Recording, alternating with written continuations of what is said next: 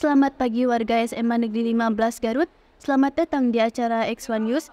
Saya di sini akan dihisah dengan berita-berita aktual dan berita terpercaya. Saya Dinda Zafira. Di sini saya akan membawakan berita hari ini tentang pertambangan pasir yang berada di wilayah Leles Garut. Pertambangan pasir adalah pertambangan non-logam yang bertujuan untuk memproduksi mineral. Dari pertambangan pasir ada 3 dampak, yaitu dampak ekonomi, dampak sosial, dan dampak alam. Ada 2 rekan kami, yaitu Nabila Salamah dan Bilkis Syawalani yang akan mengabarkan langsung dari TKP. Selamat pagi Nabila, bagaimana situasi di sana? Selamat pagi menjelang siang, Dinda dan warga SMA Negeri 15 Garut. Saya di sini bersama Bapak Digi Pudiman sebagai manajer operasional dari CV Mulia Pasir Nusantara. Di sini saya akan memberikan beberapa pertanyaan mengenai pertambangan pasir di Kecamatan Leles. Baik, untuk pertanyaan yang pertama, bagaimana awal dibukanya pertambangan pasir ini? Terus langsung aja. Pertama dibukanya pasir tambang di Leles ini karena tambang yang ada di Kabupaten Garut satu-satunya yaitu daerah Cilopang, Sile Jawa yang adanya di Gunung Guntur itu ditutup. Tidak boleh untuk ada tambang di situ. Akhirnya Pemda Garut untuk membangun wilayah Kabupaten Garut itu belinya akhirnya ke Sumedang dan ke Tasik. Kebetulan transportasinya cukup mahal, akhirnya masyarakat membutuhkan tambang pasir. Kebetulan waktu tahun 2012 ada pelebaran jalan Tutugan Leles dilakukan oleh PUPR, dibukalah tambang itu. Jalan itu ternyata ada kandungan pasir. Di satu sisi masyarakat dan Pemda Garut membutuhkan pasir, dibukalah ini, akhirnya diajukan ke SDAP. Dulu SDAP itu dinas lupa, air dan pertambangan. Diteliti ternyata Tutugan Leles di sini namanya pasir laku, kandungan pasirnya bagus. Akhirnya diajukanlah perizinan. Dulu yang mengaksesnya Pak Agus Hamdani dan diajukan ke SDM provinsi, di ACC, dijadikanlah zona tambang Kabupaten Garut itu Leles dan Banyuresmi. Itu awal mulanya. Baik Bapak, untuk pertanyaan kedua, apa saja jenis-jenis pekerjaan yang ada di tambang pasir ini? Jenis pekerjaannya ini cukup banyak. Ada yang tim operator, itu yang bagian penambangan, yang menggerakkan ekskavator untuk menambang. Kedua ada mekanik. Mekanik itu untuk mekanik ekskavator juga. Berkembang lagi kami di sini membuat stun cluster, di situ juga memerlukan mekanik. Tim cluster itu yang memelihara, yang menjaga mesin selama perjalanan. Sopir yang mengakses material dari mulut tambang ke mesin. Bagian administrasi, bagian keuangan, satpam, itu mungkin. Untuk pertanyaan 3, apakah standar keselamatan dan kesehatan pekerja sudah ditetapkan di perusahaan ini? Itu nomor 1, K3 dari pihak pemerintah juga mewanti-wanti K3. Dan kita juga memberi pelindungan kepada karyawan, yaitu dengan mengikutkan serta mereka menjadi anggota BPJS Kesehatan dan Ketenagakerjaan. Nomor 1, kita menerapkan K3. Di situ juga ada di himbauan, di depan itu harus pakai masker, pakai helm, gitu kan, sepatu safety. Cuman ada kendala di sini, budaya mungkin ya, kebiasaan karyawan kita sudah himbau, tapi mereka kalau pakai helm jadi pusing katanya. Kalau pakai masker nggak bisa ngerokok, itu mereka itu susah diaturnya. Tapi kalau saya sih, kalau ke lapangan harus selalu pakai helm, sepatu safety, masker pakai. Itu. Untuk pertanyaan nomor 4, berapa penghasilan yang didapat para pekerja sesuai dengan pekerjaannya di perusahaan ini? Di sini kalau pekerja yang paling kecil aja ya, di cluster aja ya, tim cluster itu 4.800.000 sebulan, belum ditambah lembur, bisa nyampe lebih 5 jutaan. Tim cluster tuh tukang guar itu masyarakat bukan karyawan ya, Tukang guar itu yang ngeratain pasir di atas Toronton. Satu itu mereka dikasih sama supir 20.000. Kadang mereka dapat 20 Toronton. Lebih dari saya gajinya, tukang guar 400.000. Jadi ditambang cukup alhamdulillah lah, menjanjikan. Tidak hanya karyawan aja, masyarakat juga di sini bisa terlibat dan alhamdulillah hidup sejahtera juga. Apa ada pendatang dari luar kota Garut yang bekerja di perusahaan penambangan pasir ini? Pasti di dalam satu perusahaan itu kita membutuhkan tenaga ahli, dan tenaga ahli itu biasanya didatangkan dari luar gitu kan. Kebetulan sih bukan dari luar Indonesia, masih dari luar Garut. Adanya orang-orang dari Tasik, dari Purwakarta, mungkin dari Bandung. 70% itu pribumi, 30% itu baru dari luar. Tenaga ahlinya aja gitu kan. Tapi mayoritas pekerja di sini warga pribumi sini, orang Cigasti, Margaluyu, orang Haruman, orang Leung Tiis, itu mereka yang bekerja di sini. Jadi 70% pribumi, 30% dari luar. Yang biasanya bekerja ini yang pendatang dari kota mana gitu Pak? Tasik, Purwakarta, Bandung ada. Itu aja. Di luar Jawa nggak ada, dari Jawa. Apa ada dampak dari penambangan pasir ini bagi lingkungan sekitar? Oh pasti, di mana-mana juga kalau ada tambang itu pasti ada dampaknya, dan ada pro kontra juga dari masyarakat gitu kan. Dampak yang pasti kerasa itu dari perubahan cuaca. Hawa yang tadinya cuaca yang sejuk, dingin, kalau namanya ada pohon, akhirnya ditambang, pohonnya hilang, pasti panas. Itu dampaknya. Apa Bapak biasanya ada penanaman pohon kembali? Tiap tahun saya tanam, tiap musim hujan pasti itu saya menanam. Udah berapa kali menanam pohon, tapi pas karena zonanya bakal ditambang lagi, habis lagi. Dan itu himbauan dari pemerintah, dan kita juga ada jaminan reklamasi. Pas perpanjangan izin, kita 5 tahun sekali ini perpanjangan izin, itu ada jaminan reklamasi, di mana perusahaan harus menyimpan dana di bank untuk nanti pasca tambang kita harus ada penanaman kembali. Sedikit-sedikit yang kira-kira nggak, nah ini ada pohon depan juga, itu di sana juga kita nanam gitu kan. Kadang saya mau nanam pohon jambu, mangga, duren gitu kan. Di pinggir-pinggir yang kemungkinan nggak akan ditambang.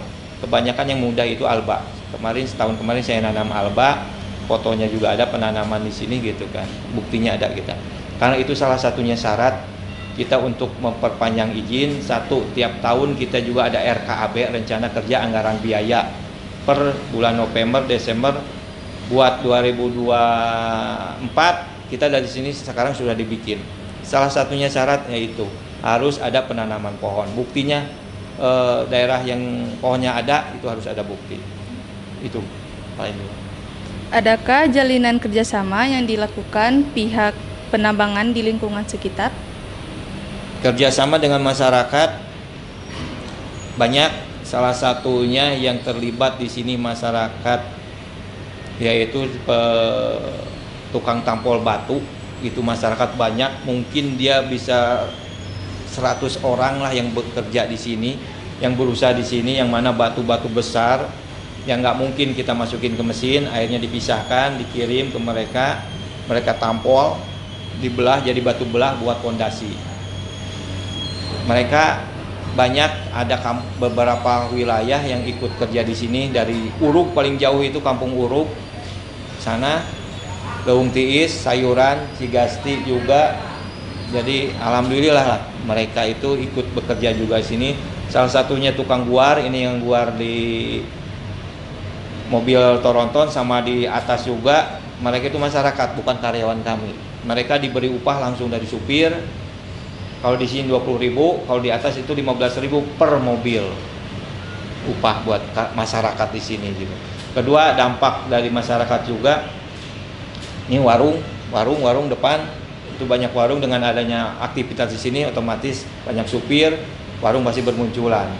Paling berdampak di depan juga tetangga kita, dia ikut usaha, mungkin banyak pasir di situ, dia beli pasir dari kita, harganya pasti beda lah. Kalau buat tetangga kita kasih ke mereka, mereka jual lagi ke konsumen gitu kan.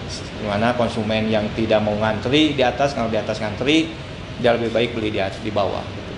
Jadi sebagian besar di perusahaan Bapak ini ada campur tangan dengan masyarakat pekerjanya? Jadi bukan campur tangan, mereka ikut hidup di sini. Gitu. Jadi mereka ikut hidup dengan adanya tambang di sini, otomatis mereka ikut hidup juga gitu kan. Gitu bisa hidup lah. Itu bukan karyawan, mereka di luar karyawan, tapi tetap diawasi. Setiap orang masuk ke tambang kita awasi gitu kan, dalam artian kecelakaannya, kalau ada apa-apa tanggung jawab kami, mereka juga. Untuk pertanyaan terakhir, bagaimana mekanisme pembagian jam kerja untuk para pekerja penambangan pasir di sini? Kita di sini ada 2 shift. Shift pagi itu jam 6 sampai, sebetulnya kita 8 jam kerja ya. Jam 6 sampai jam 14. Shift 1, tapi ada penambahan lembur ditambah jadi sampai jam 6. Mereka itu lembur dari jam 14 sampai jam 6, lembur 4 jam. Lumayan mereka dapat upah, kadang gajinya nggak diambil buat sehari-hari dari lembur. Shift 1 jam 6 sampai jam 6. Maghrib jam 18.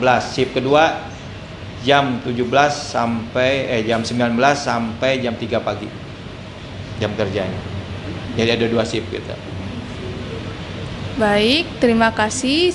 Sekian dari pertanyaan yang bisa kami berikan. Terima kasih kepada Bapak Diki Budiman telah menjawab pertanyaan-pertanyaan dari kami. Sekian dari saya kembalikan kepada Dinda Zafira. Tetap bersama saya di berita pagi hari ini, saya akan menampilkan iklan tentang pencemaran sungai.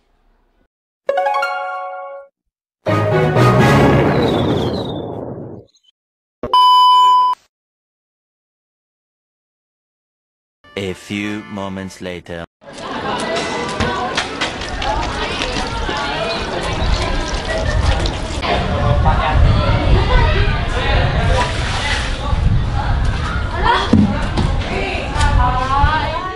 Day 2.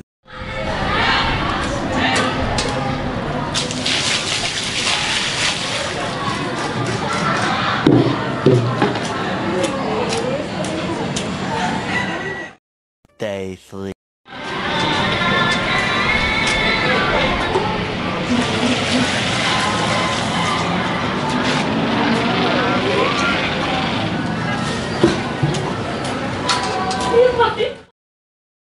Three weeks later.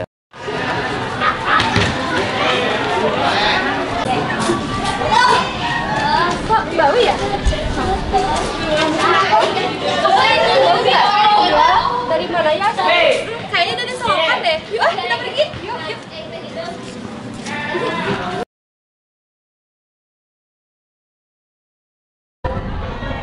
Setelah melihat iklan yang tadi, dapat disimpulkan bahwasanya pembuangan limbah akan memiliki dampak terhadap lingkungan sekitar, dapat mencemari udara dan air. Nah, jadi dampaknya dapat menimbulkan penyakit, menghasilkan zat beracun, juga dapat mencemari air. Jadi stop membuang limbah sembarangan. Generasi muda harus dapat mengelola limbah dengan baik dan benar dan tidak membuangnya sembarangan agar tidak terjadi pencemaran udara dan air. Tidak hanya membuang limbah secara sembarangan yang dapat mencemari lingkungan, tetapi membuang sampah sembarangan, membakar sampah, menebang pohon sembarangan secara liar, asap pabrik, limbah pertanian, asap kendaraan bermotor, pencemaran tanah, dan sampah yang menggenang di laut itu juga dapat merusak lingkungan loh.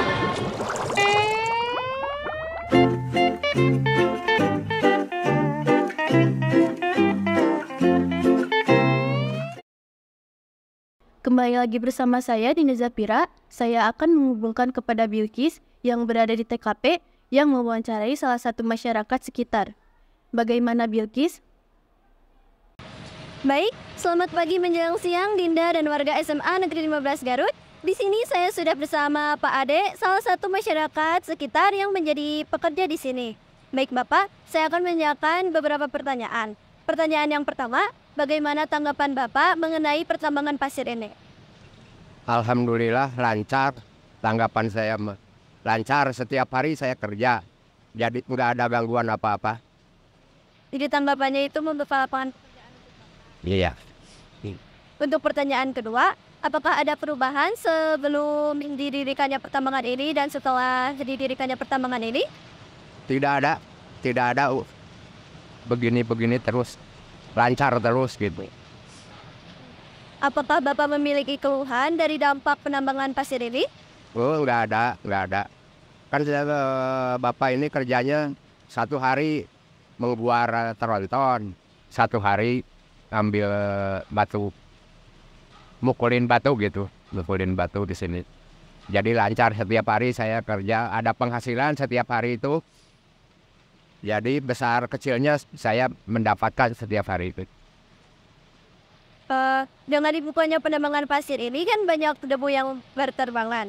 Bagaimana cara Bapak untuk mengatasi?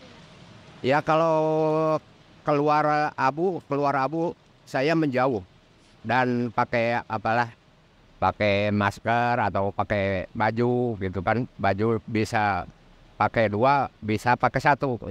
1 dibuka pakai tutup ini, 1 dipakai badan. Udah ada gitu. Baik, sekian yang bisa saya sampaikan. Saya kembalikan ke studio. Sekian berita hari ini. Saya Dinda Zafira mengucapkan terima kasih. Ikuti terus berita kami di X1 News selanjutnya. Selamat pagi dan sampai jumpa.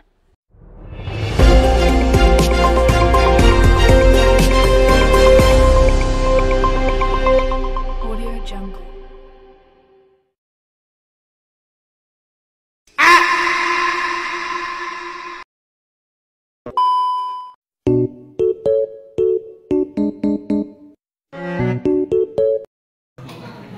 Saya di sini akan Dinda Zafira mengucapkan Jangan teriakan.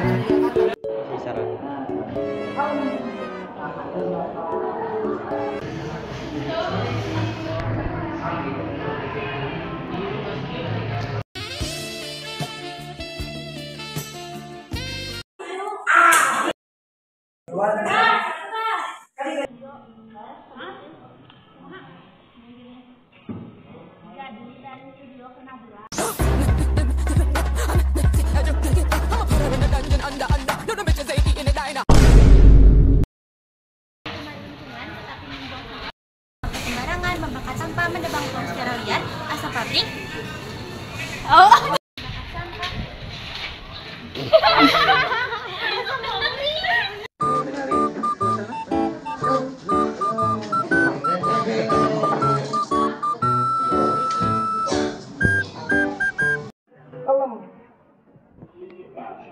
kegiatan usaha pertambangan logam yang bertujuan untuk memproduksi mineral.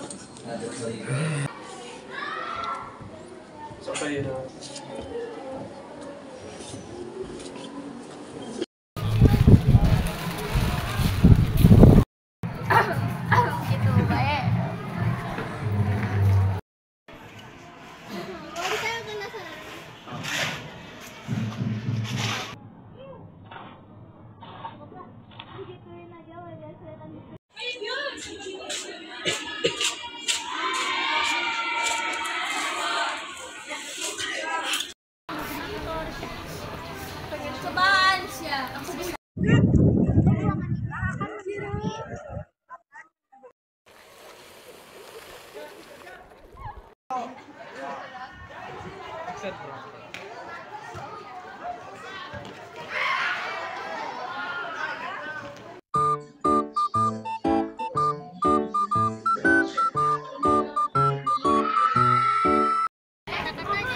Satu kata untuk hari ini. Thank you. Satu kata buat hari ini. Satu kata untuk hari ini. Tetap semangat. Asik. Satu kata untuk hari ini. Kata untuk hari ini. Satu kata untuk hari ini. Seru. Asik. Iya, aku kan diajak. Satu kata untuk hari ini. Seru. Bareng. Satu kata untuk hari ini. Asik. Seru. Semangat. Asik. Satu kata untuk hari ini. Alhamdulillah luar biasa sejuk di hati. Asik. Satu kata untuk hari ini. Panas banget. Satu kata untuk hari ini. Melelahkan. Nah, kamu. Mama melelahkan. Kata untuk Poek. Satu kata untuk hari ini. Tetaplah semangat guys. Woi.